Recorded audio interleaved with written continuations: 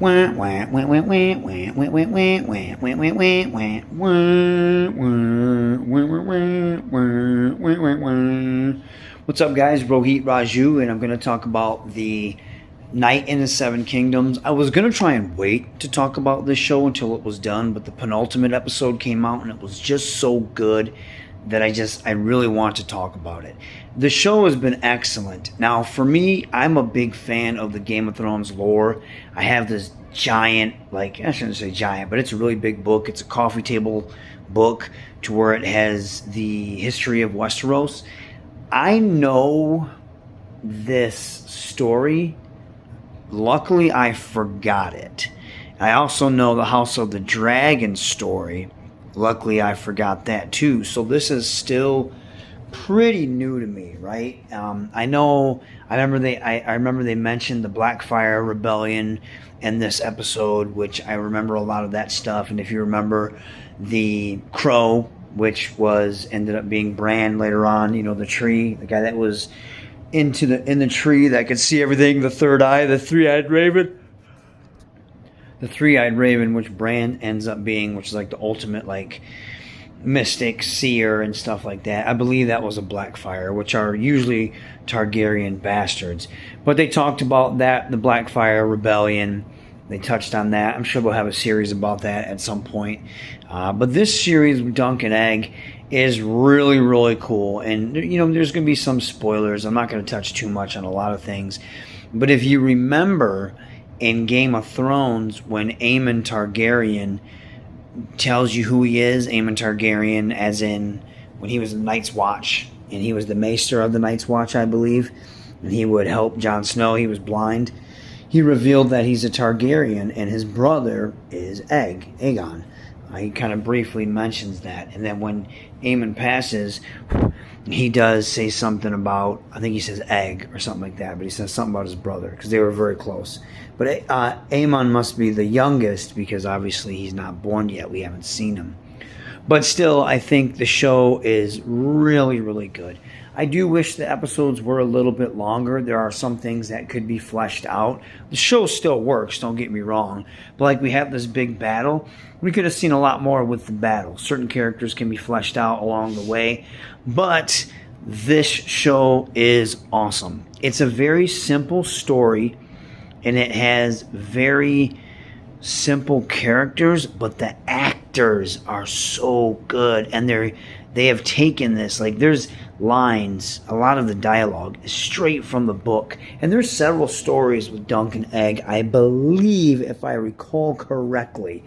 So this is really cool. I know the House of the Dragon has kind of strayed very far from what the book is, and George R.R. Martin he's expressed his displeasure with that and how it feels it's not even resembles a story of, the story that he created, which I think sometimes when you get people that create these stories, they just take and I talk about this a lot, how they take the franchise and they try to create their own thing.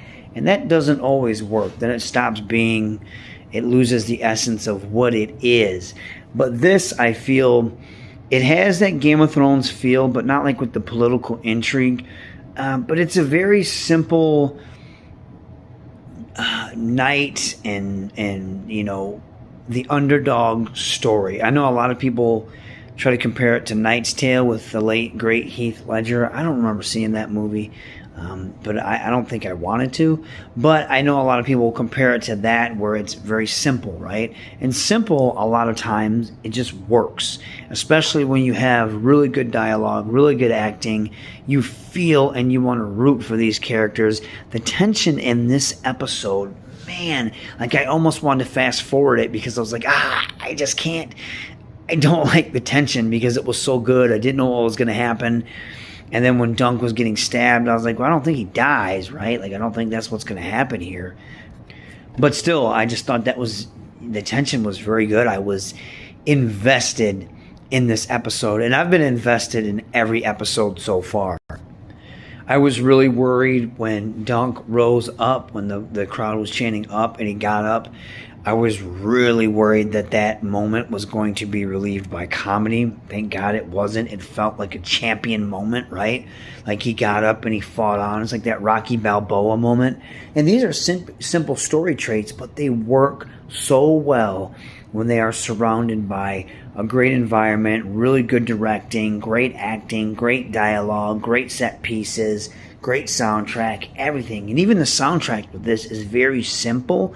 Like the one, I don't know if it's the theme of Dunk and Egg, but just like the da na na na na na na na na. I love that theme, and it's just some guy whistling, right?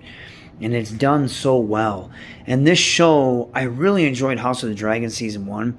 Season 2 was fine, but this show, I know a lot of people soured on season 2. I don't know why people just kind of like want to jump off the bandwagon or start hating it right away, which I think is kind of silly.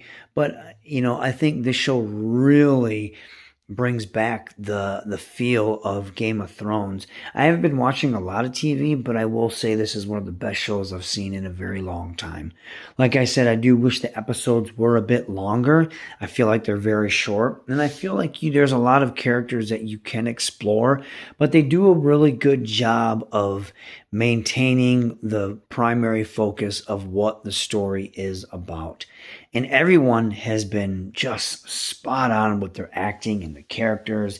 Everyone nails it. Everyone's very interesting. Even the armor maker, right? The blacksmith, he doesn't have a big role in the show, but even he's very interesting. It's just cool to see how when Dunk got up and he was about to faint, he was one of the people that ran out there and helped him.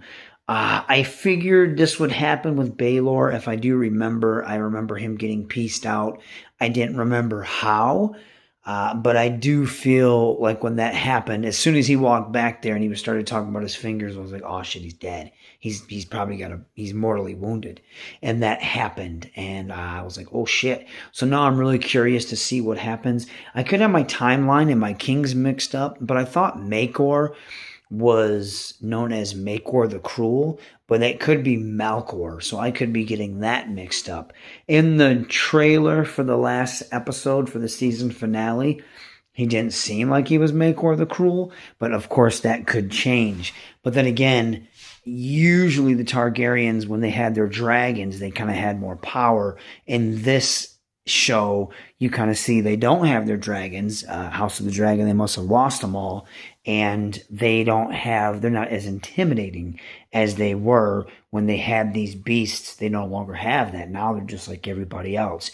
And the bloodline is kind of dwindled a bit, right? When you have all the Blackfire stuff and a lot of the bastards, and who knows what will happen with the end of House of, well, I mean, people know, but if that impacts it, which I think it does, it impacts the whole, all that stuff impacts the Targaryen bloodline. So you kind of see that, but I can't remember if Makor, I could be mixing my two kings. Makor might not be Makor the Cruel. It could be Malkor the Cruel. I could be totally wrong either way. But I'm very curious to see how this ends this season. I know they plan on doing more seasons. Obviously, they're going to have to explore, unless they get new actors, but I hope not, because the kid that plays Egg is just fantastic, and the chemistry between Dunk and Egg is amazing. And I know they said something, they want like 5 or 6 seasons. I don't think that's necessary. You don't start doing that stuff. Once you start doing that, it starts, even though these episodes are quick, maybe they can get away with it, but usually you start to make these super long seasons, you kind of overstay your welcome.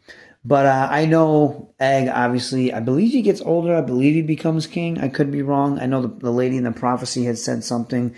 I don't want to look too much into it because I want to be surprised. But I know the more the story will go on, it will probably refresh my memory. Like I said, because I read that book I had, and it explains a lot of stuff like this. But other than that, I think the show was excellent. I can't wait for the season finale. What do you guys think? Are you enjoying it? Do you know the story? Do you know the outcome? If so, please keep it to yourself. Don't spoil it for others in the comment section. But yeah, what are you guys thinking of this? I thought the episode was fantastic, and I think the show's great so far, and I'm loving it, and I can't wait to see the season finale. Sound off in the comments. Thank you.